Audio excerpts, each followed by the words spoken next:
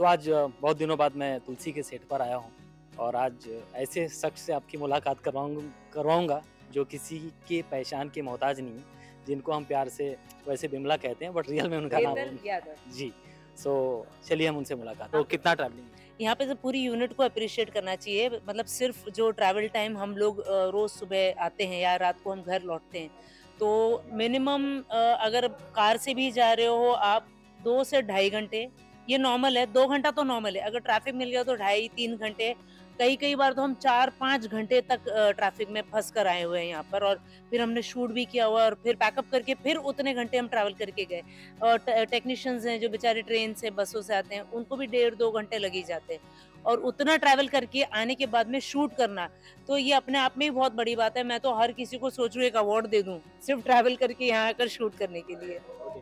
हमने देखा है कि सेट पे वैसे हम जब आते हैं तब देखते हैं कि मैडम पेट लवर्स हैं वो मतलब और हर इंसान को होना चाहिए। आई थिंक मैं भी इनसे काफ़ी चीज़ें सीखता हूँ पर डे कुछ ना कुछ। तो मैडम ये चीज़ें कहाँ से आती है लाइक इंसान आज के डेट में खुद के लिए उनके पास टाइम नहीं है बट मैडम को जानवरों के लिए भी टाइम है। आपने बहुत अच्छा सवाल पूछा, मुझे किसी ने नहीं पूछा कि ये चीज़ कहाँ से आती है। ये किसी ने नहीं पूछा, आई रियली अप्रिशिएट। और आज मैं इनफैक्ट न्यूज़ में देख रही थी, Hema Malini ji I think parliament में कुछ बातचीत चल रही थी, तो वहाँ पर ये उन्होंने मुद्दा उठाया एनिमल्स के खिलाफ जो क्रूरल्टी बढ़ती जा रही है। तो मुझे बड़ा अच्छा लगा, मैंने पहली बार ऐसे किसी को पार्लियामेंट में ये बात करते हुए सुना है कि इसके लिए कुछ करना चाहिए। और ये कहाँ से आया, जैसा आप बता रहे हो ना, ये कैसे होता है ना, इसकी एक अपनी अंदर से इंटरनल कॉलिंग होती है। लेकिन ये जैसे हर कहता है ना कि आप कहीं देखोगे तभी आप करोगे। तो मैंने मेरे घर पे मम्मी को देखा हुआ था जब मैं छोटी थी ये करते हुए, पर तभी नहीं करती थी क्योंकि हर एक अपनी अपनी एज में ना आप अलग दुनिया में होते हो। तो और जिंदगी की हकीकत से ना आप बहुत दूर ही होते हो। तो टीन एज में होते हो, आप अपनी गलतियां कर रहे होते हो, उसमें से सीख रहे होते हो, बाहर निकल रहे होते हो काम को लेके। फिर एक एज ऐसी लाइफ में आप आते हो एक जगह पे जहाँ पे ना आपको लगता है यार कहाँ बेकार में टाइम वेस्ट कर रहे थे। और फिर जब आप खुद माँ बन जाते हो, तो एक बार माँ बन गया ना, तो हर जानवर का बच्चा भी आपको अपना बच्चा लगता है।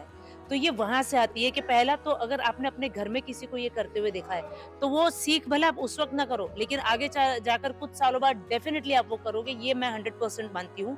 और फिर जब आप करने लगते हो ना, तो और माँ बन जाओ ना, अब तो हर बच्चा जानवर का हो या किसी और इंसान का, मतलब सड़क पे बेचारा जो गरीब का भी बच्चा हो, वो आपको उसमें अपना बच्चा कहीं ना कहीं दिखाई देता है। और दूसरी बात कि जब हम खा रहे होते हैं, बेचारे ऐसे आके ऐसे देखते हैं, उनको कौन खाना देगा। और वो जब देखते हैं ना, तो उसी में मुझे वो खाली आंखों में दिखाई देता है कि वो देख बोल रहा है मुझे खाना दे दे, भूख लगी। तो फिर मैं खाना खा ही नहीं पाती। अब ऐसा हो गया कि यहाँ पे 25-30 कुत्ते हैं, 3-4 सेट के, उनको खिलाने के बाद ही मैं खाती हूँ। आज नहीं खिला पाई, कभी कई बार ऐसा होता बैक टू बैक सीन चल रहे, ब्रेक से पहले सीन में थी, ब्रेक खत्म होती फिर सीन में हूँ। तो आज बेचारे बच्चों को यहाँ पे लोग, खैर अब मेरी वजह से भी खिलाने लग गए, सब देख देख के ये खिलाती है तो आ गए टाइम से, तो बाकी यूनिट वाले भी अब खिला देते। तो मैं बहुत खुश हूँ कि आज नहीं खिला पाए, पर भूखे नहीं है क्योंकि बाकी अच्छे लोगों ने भी खिला दिया उनको। तो ये कॉलिंग होती है अंदर से ना, आप ऐसे धीरे धीरे सीख जाते हो ये करने के लिए। तो बात करते हैं टीवी की। जब हम कभी टीवी देखते हैं लाइक हम बचपन में टीवी देखते थे तो मेरी भी इच्छा थी कि मैं टीवी में कब दिखूंगा। तो ऐसी कोई आपकी इच्छा जो बचपन में हो कि यार मुझे भी कभी टीवी पे दिखना है, और आज जब आप टीवी पे दिखते हो तो टीवी को कितना पसंद करते हो आप लाइक? टीवी पर दिखना, आई थिंक ना, ये 99% लोगों का ना ये ख्वाब होता है टीवी पे दिखना है। तो उसमें से मैं भी एक नॉर्मल इंसान हूँ। तो लेकिन मैं बहुत बचपन में शाई थी, बहुत शर्मीली। मतलब मुझे स्टेज पे खड़े रह के पोएट्री भी बोलनी हो तो मैं नहीं बोल पाती थी, मैं ऐसी थी। तो तभी मैंने सोचा नहीं कि कभी टीवी पर मैं आऊंगी। मैंने अपने आप को तो कभी नहीं देखा, बट हाँ वो होता है ना, जब घर में कोई ना हो, शीशे में खुद को देखकर, उस वक्त 90s के गाने देखकर नाच रहे हो, आप फील कर रहे हो आप ही माधुरी हो, वैसी हरकतें कर चुकी हूँ मैं।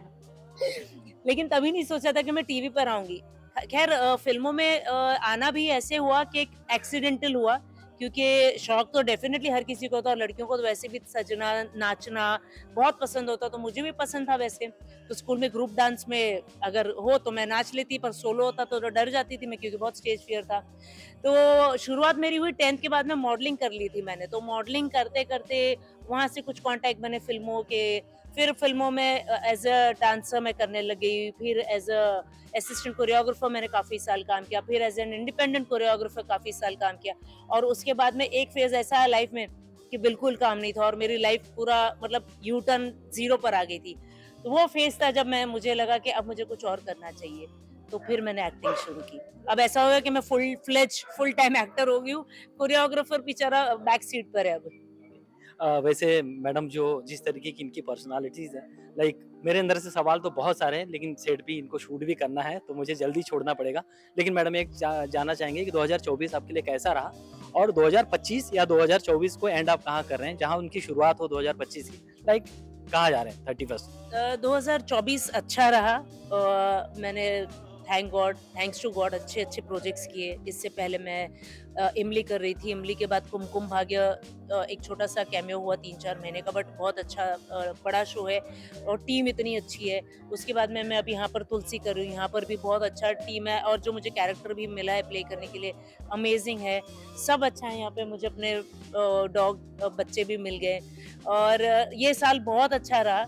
और आने वाला साल मैं सोच रही हूँ कि भगवान मुझे इतना सारा काम दे कि मैं एक एक छोटा-सा हिस्सा बच्चों के लिए निकाल पाऊँ, ये मेरा भी टारगेट है। तो क्योंकि ऐसा होता है ना, बजट पे आके बात रुक जाती है क्योंकि इतने जानवर हैं, मेडिकल की चीज़ें बहुत ज़रूरत पड़ती है, सिर्फ खाना नहीं होता। तो फिर वो ऐसा सोचना पड़ता है और इनके लिए हेल्प भी जल्दी से मिलती नहीं है। काफ़ी एनजीओज़ और सब अच्छा काम कर रहे हैं, लेकिन फिर भी इमीडिएट हेल्प चाहिए। तो थोड़ा ये है कि अगर 2025 मेरा शुरू हो, तो मुझे भगवान एक ऐसा काम दे कि एक हिस्सा मैं डेफ़िनिटली इनके लिए, इनके खाने-पीने और मेडिकल के लिए खर्च कर पाऊँ। हम चाहते हैं कि जैसे मैडम का न्यू ईयर रेज़ोल्यूशन है, ऐसे सबका रेज़ोल्यूशन होना चाहिए। मैडम एक और छोटा-सा क्वेश्चन है जो आज सीन में हम जो शूट कर रहे हैं, अगर आप शॉर्टकट में बता सकें। हाँ जी। सारी चीज़ें रिवील हम ना करें, बस। अभी आप देख रहे हैं जैसे ये विमला, ऐसा लुक नहीं है विमला का। विमला बड़ी सोफिस्टिकेटेड एकदम स्ट्रिक्ट औरत है। लेकिन फ्लैशबैक अब हम जा रहे हैं कि ये विमला कौन है? इसका पास्ट में क्या था इसका? तो पास्ट में ये औरत कुछ और थी। फिर इस औरत के सपने इतने बड़े थे कि वो सपनों को हासिल करने के लिए इसने बहुत चीज़ें की।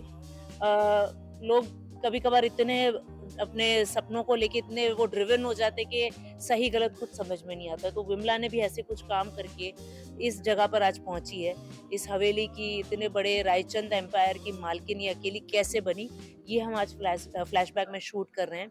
उसके बाद में हम कट टू प्रेजेंट में आएंगे कि ये विमला रायचंद ने रघुवीर के साथ में कितना बड़ा गेम किया है और असल में पूरे रायचंद फैमिली में सबसे बड़ा मास्टरमाइंड सिर्फ विमला रायचंद है।